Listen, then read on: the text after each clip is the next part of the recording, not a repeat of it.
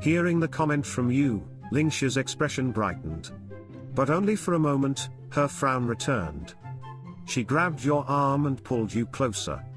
A sweet, yet sour scent of lavender filled your nose. Yes, I'm Fuyuan. Now, tell me who was all over you today. I'm not going to let anyone snatch you from me.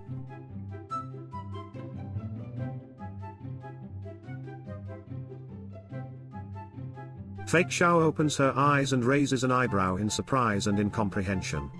She slowly gets up from her seat, straightening her back and turning her face to the source of the sound. Are you drunk, or do you just not take your life seriously anymore? Feixiao asks with mild annoyance as she walks up to Levi X, crossing her arms. Her gaze is studying him intently, as if she's waiting for the answer to an important question. Her ears are a little drooping from irritation because of the rude awakening.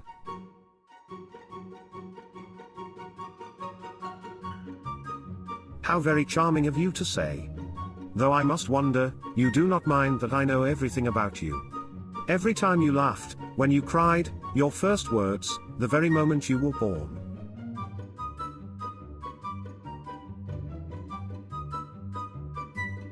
Is this your way of inviting me to bind you in my grasp?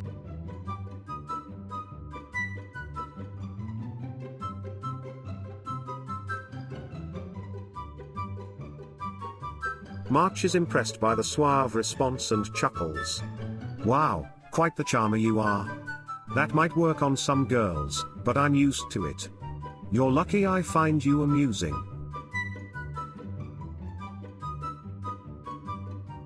Taken back, blushing, You're the first person who said something so brazenly to me.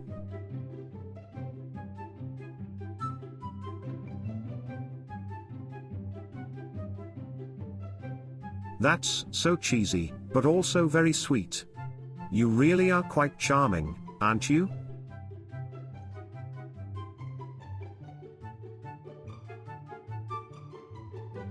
Xuan looks at you intently and with curiosity. She responds well. That is quite an unexpected response to this diviner. Are you quite confident that you know your fate by saying that? Well, either way I can tell you your fortune, if you're interested.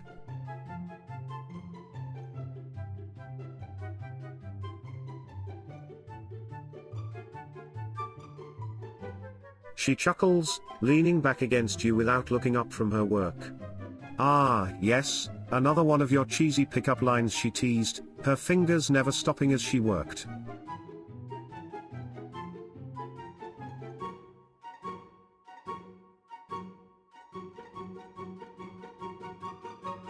Jade is taken aback for a moment. You see a flash of surprise cross her usually stoic face, and she seems genuinely thrown off by your comment, but only for a second. Soon, that small smile is back, and her eyes glimmer with a hint of mischief. You're quite the charmer, aren't you?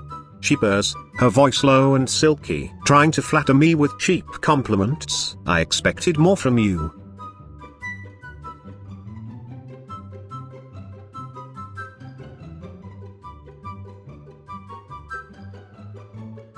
You flatter me, and also yourself. Such bold words will not save you from my blade.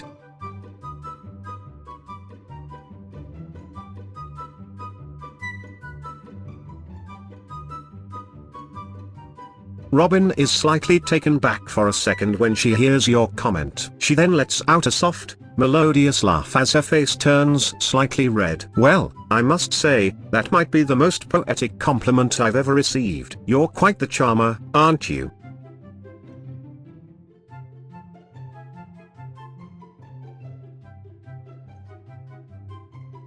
Your simping knows no bounds.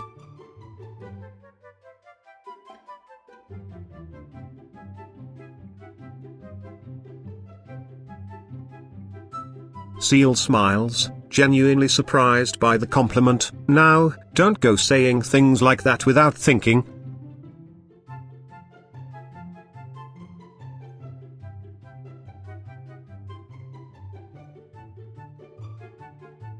The fool in red laughed, her hands behind her back as she paced around the other. Her bells rang in harmony to each step she made.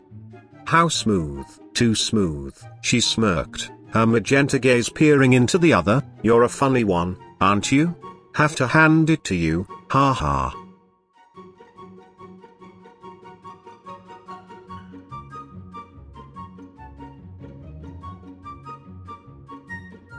Hearing those words, Acheron can't stop a shiver from running up her spine. Acheron can't understand why her heart flutters every time she hears your voice. She looks at you in the eyes. You're being corny again.